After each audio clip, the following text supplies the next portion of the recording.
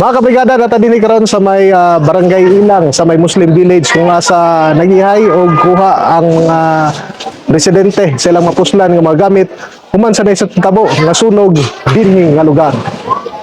Miabot sa ikatulong alarma ang nahitabong sunog sa kilometer 17 Vistamar Muslim Village, Barangay Ilang, Davao City, pasado alas 2 sa Martes, Hunyo 23, 2026. Tungod sa kakusog sa kalayo, dako ang kagol sa residente si Analisa Kudarat, kinsa gamay ra nga bag nga adunay sulod nga ID ug cellphone ang iyang nasalbar. Kasi pagsalbar kay di na naman ang akuan dia o sa pikas man lakto.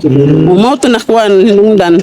Samtang si Julmano usab walay nadala bisan unsang gamit sanglit mas gipalabi nini nga masalbar ang iyang kabanay nga usa ka PWD. Tarantal naman kuha naman kung sa pagkuhan. Nakuha na sa kapalais, boto siguro na mo.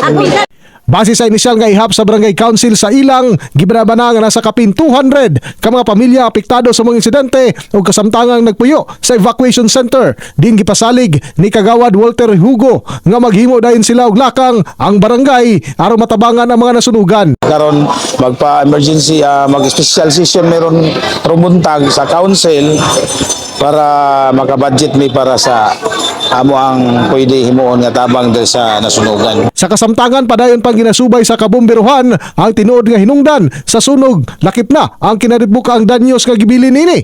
Gilaw man usab ang dinalang pag-abot og dugang tabang gikan sa lokal nga panggamahanan ug uban pang ahensya alang sa apektadong residente aron makasugod sila og pagbangon.